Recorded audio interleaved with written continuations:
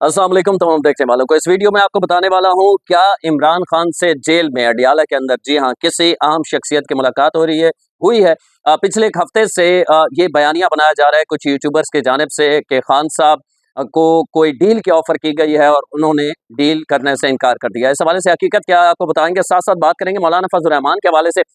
पिछली वीडियो जिन्होंने देखी होगी उनके इल्म में होगा, मैंने आपको तफसील से बताया था कि मौलाना क्या चाहते हैं और पीटीआई उनको डील के लिए क्या ऑफर कर रही है ताकि मिलके कोई हम हुकूमत के खिलाफ तहरीक चला सके। इस हवाले से आपको बताऊंगा अल्लामा राजा नासिर अब्बास और जो महमूद खान अचकजई हैं, इस वक्त अपोजिशन लीडर हैं।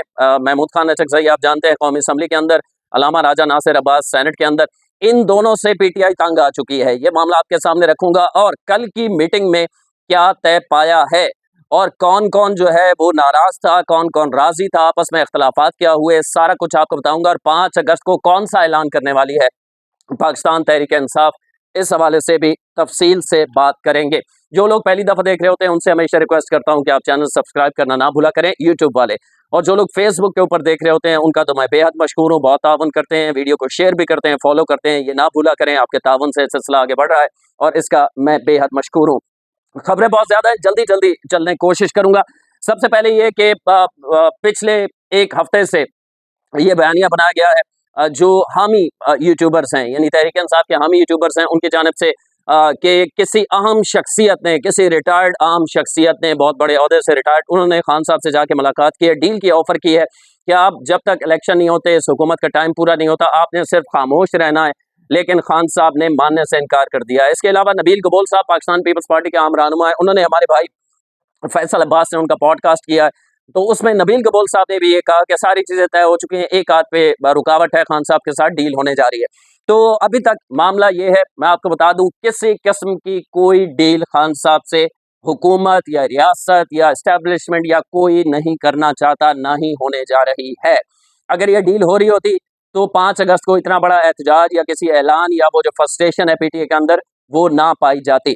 दूसरी बात यह है कि क्या किसी आम शख्सियत ने मुलाकात की है इमरान खान से जाके, ये भी टोटली झूठ है। होता यह है कि जब पीटीआई यूट्यूबर्स के व्यूज कम हो जाते हैं तो फिर ये इस किस्म का शोशा छोड़ते हैं। पहले इमरान रियाज छोड़ते हैं, बरतानिया से बैठे हुए, फिर उसके बाद तमाम पाकिस्तान में भी जो है वो शुरू हो जाते हैं। एक तो ये है। दूसरा, मैं आपको बता दूं कि जो नौरीन खान नियाजी का बयान था, सबसे पहले इस हवाले से मैंने आपको बताया था कि वो इंटरव्यू आज का नहीं है, पुराना है। और मैंने आपको ये भी बताया था, जो लोग पिछली वीडियो देख चुके हैं सबूतों के साथ, कि ये जो बयानिया बनाया गया है कि नौरीन खान नियाजी ने कहा था कि मेरा इंटरव्यू ना चलाएं या ये चीजें निकाल दें, मैंने जज्बात में कह दिया था।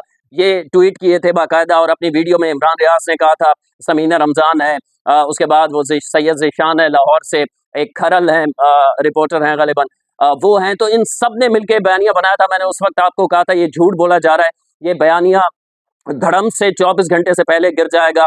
उसकी वजह यह है, मैंने आपको बताया था कि एंकर जो एहतशाम उल्लाह है, उन्होंने बीबीसी को इंटरव्यू दिया है, उन्होंने कहीं नहीं कहा कि नौरीन नियाजी ने उन्हें फोन करके मना किया था इंटरव्यू के बाद कि इंटरव्यू ना चलाएं। उन्होंने खुद ये फैसला किया था कि इस इंटरव्यू को हम नहीं चलाएंगे।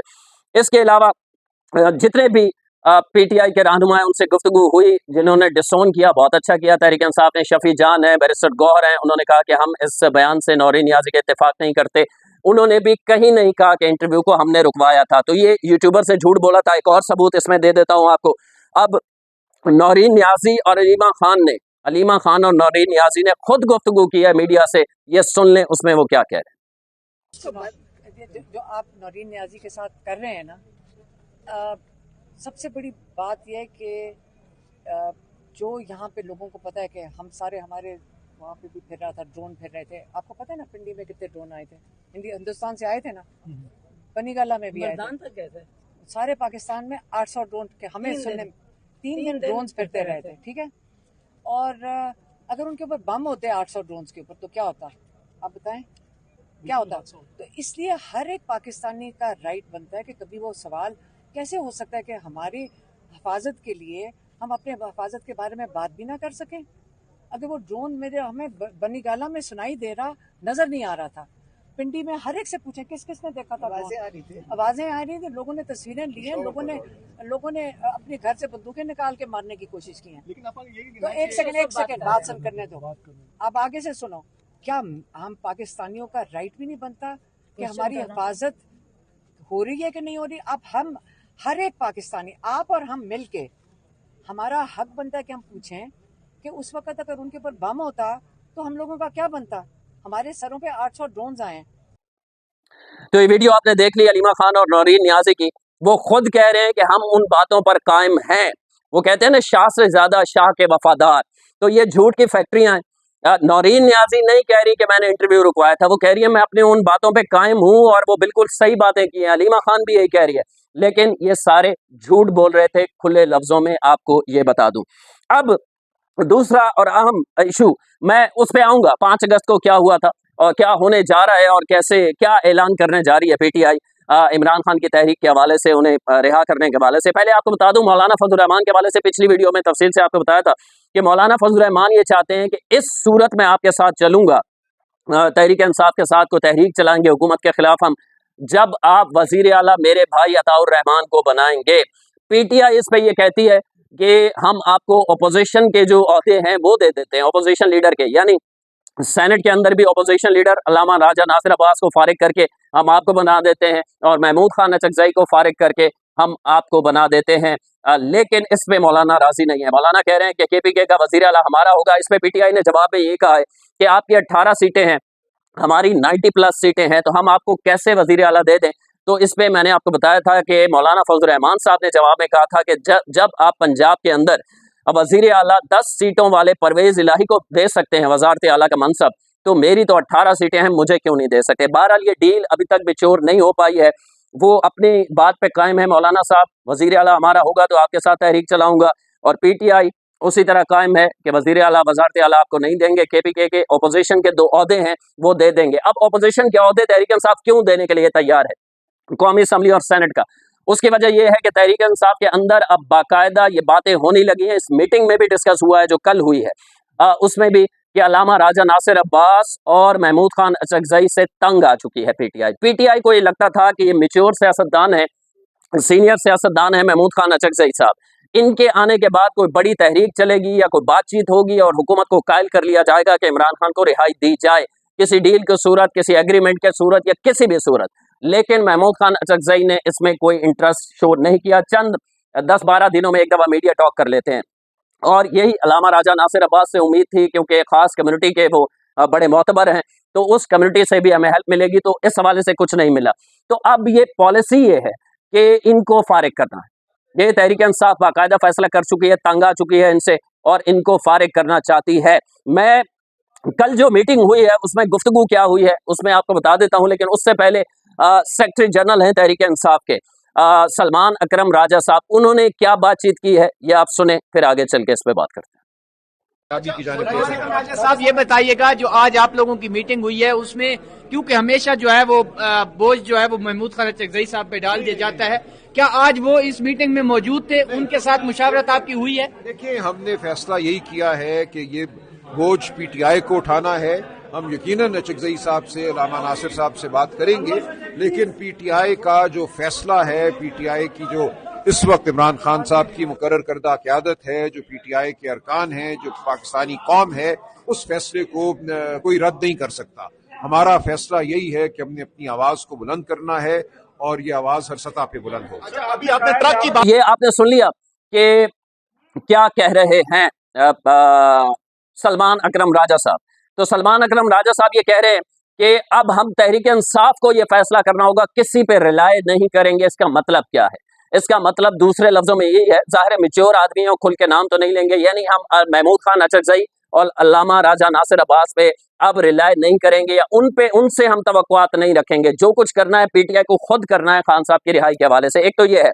अच्छा, इस मीटिंग के दौरान इसमें सोहेल अफरीदी भी थे, इसमें नईम हैदर पंजोता भी था, इसमें सेक्रेटरी जनरल सलमान अकरम राजा थे, असद कैसर थे, तैमूर झगड़ा थे, इसमें सलमान जो बैरिस्टर गौहर हैं चेयरमैन हैं वो थे। तमाम ने इस मीटिंग में इसमें इख्तलाफ हुआ। इसमें सोहेल अफरीदी ये चाहते हैं कि हमें बड़ा एहतजाज लेकर इस्लामाबाद का रुख करना चाहिए, और जो कारकुन है वो भी इसी पे वाजिद है कि आपको एक दफा फिर 26 नवंबर में जैसे गंडापुर लेकर आए थे, उसी तरह सोहेल अफरीदी भी चाहता है मैं कोई बड़ा पावर शो कर लूं ताकि मेरी नौकरी पक्की हो जाए। जबकि इसकी जो मुखालफत की है मीटिंग में, जो इससे इख्तलाफ किया है, वो इख्तलाफ करने वाले बैरिस्टर गौहर साहब थे, उन्होंने कहा नहीं ऐसा नहीं करना चाहिए, हर शहर में एहतजाज होने चाहिए। सलमान अकरम राजा ने इख्तलाफ किया है, असद कैसर ने इख्तलाफ किया है और तैमूर झगड़ा ने भी इससे इख्तलाफ किया है। सीनियर लोग हैं और चेयरमैन बैरिस्टर गौहर हैं, ज़ाहिर है सलमान अकरम राजा जो है जनरल सेक्रेटरी है, उन्होंने इख्तलाफ किया है। वो ये कहते हैं कि इस्लामाबाद आने से कुछ नहीं होगा और तलखियां बढ़ेंगी और जो थोड़े बहुत हमें उम्मीद है कि हुकूमत शायद नरमी करे खान साहब के साथ, वो भी नहीं हो पाएगी। तो इस वक्त बहरहाल सुहेल आफरीदी ने किसी हद तक कहा जा रहा है कि कायल कर लिया है। अब ऐलान क्या करने जा रहे हैं 5 को, 5 अगस्त को 3 साल हो जाएंगे खान साहब को जेल के अंदर, तो अब उसमें ऐलान ये मुमकिन तौर पे हो सकता है, जो मैं समझता हूं कि शायद मौलाना से कोई उस वक्त तक डील हो जाए। एक तो ये ऑप्शन है जो कि मुश्किल नजर आता है। फिर अगर पीटीआई को डील करना होगी तो फिर वजारत आला कुर्बान करनी होगी, वजारत आला JUIF को देना होगी KPK के अंदर मौलाना फजल रहमान के भाई अताउर रहमान को। दूसरा, क्या मौलाना अपोजिशन के 2 ओहदों पे मान जाएंगे कि कौमी असम्बली में अपोजिशन लीडर और सेनेट के अंदर JUIF का हो? तो उस पे बज़ाहिर नहीं लगता। मौलाना कहते हैं ना कि मेच्योर सियासतदान है, इतने थोड़ी सी चीज़ पे वो इतनी बड़ी तहरीक, ज़ाहिर है बहुत बड़ा रिस्क होगा, रियासत के खिलाफ जाना, एहतजाज होगा, आप जल्द से जुलूस लेकर आएंगे तो उसमें मुकदमे भी होते हैं, पर्चे भी बनते हैं, लाठी चार्ज भी होता है, परेशानियां भी होती हैं, कारकुनान सालों साल जेलों में भी रहते हैं। तो मौलाना साहब इसके लिए रिस्क नहीं लेंगे। तो क्या मौलाना से डील होने वाली है, इसका ऐलान करेंगे? मुझे नहीं लगता कि ऐसा होगा। दूसरा ऑप्शन क्या हो सकता है? दूसरा यह है कि पेशावर में 5 अगस्त को बड़े जलसे का तहरीक इंसाफ ने जो ऐलान किया है, ये हो सकता है कि तहरीक इंसाफ ये ऐलान करे कि फलां दिन हम एक बड़ा जलसा जुलूस लेकर इस्लामाबाद का रुख करेंगे, जो कि सुहेल आफरीदी बज़िद है। और सुहेल आफरीदी बज़िद इसलिए नहीं है कि खान साहब को छुड़वाना है, हुकूमत पर प्रेशर डालना है, वो बज़िद इसलिए है कि गंडापुर 2 दफा एक बड़ा मजमा लेकर आए थे, लेकिन सुहेल आफरीदी जब से बने हैं और उन्होंने बारहा कहा कि मैं इमरान खान को छुड़वाने आया हूँ, मोहब्बत इमरान में मरने आया हूँ, लेकिन प्रैक्टिकल उन्होंने अभी ऐसा कुछ करके नहीं दिखाया। तो 5 अगस्त का जलसा कोई बड़ा जलसा नहीं होगा, KPK में जलसा होगा, उसी तरह सारे इसी तनख्वाह पे काम करते रहेंगे। लेकिन उसके ऐलान के बाद अब सुहेल आफरीदी ये चाहते हैं कि 5 अगस्त को, अभी भी मुशावरत जारी है, आज भी ये मुशावरत हो रही है, सुहेल आफरीदी चाहते हैं कि मैं बड़ा क्राउड लेकर आऊं और इस्लामाबाद का रुख करूं, जबकि बैरिस्टर गौहर आपको बता चुका हूं, सलमान अकरम राजा आपको बता चुका हूं, तैमूर झगड़ा और असद कैसर ये चाहते हैं कि नहीं, हम ऐसा नहीं करेंगे, बातचीत से ही आगे बढ़ा जाए। तो ये इख्तलाफ मौजूद है। अब 5 अगस्त को क्या ऐसा सरप्राइज हो सकता है इसमें?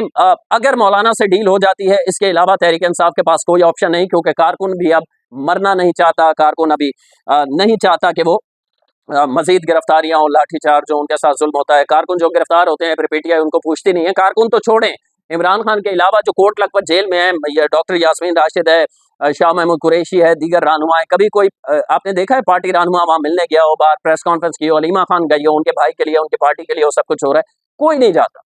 तो जब इस तरह की सूरत हाल हो तो कारकुन क्यों मरना पसंद करेगा? तो अब इन दिनों में, आज चूंकि 23 जुलाई हो गई है, तकरीबन 12-13 दिन इनके पास हैं, तो मौलाना फजल रहमान से ही बातचीत करने की कोशिश की जा रही है मेरे इत्तलात के मुताबिक। और ये कहा जा रहा है कि मौलाना को मनाया जाए, अपोजिशन के 2 ओहदों की लालच में मौलाना को दी जाए और उन्हें मनाया जाए कि आप हमारे साथ एहतजाज करें। और अगर मौलाना साथ मिल जाते हैं तो फिर ये हुकूमत के लिए परेशानी हो सकती है। ये है इस वक्त ताज़ा तरीन सूरत हाल। अब देखते हैं कि 5 अगस्त को क्या ऐसा बड़ा करती है तहरीक इंसाफ जो हुकूमत के लिए परेशानी बन सकती है। अगली वीडियो तक के लिए अल्लाह निगहबान।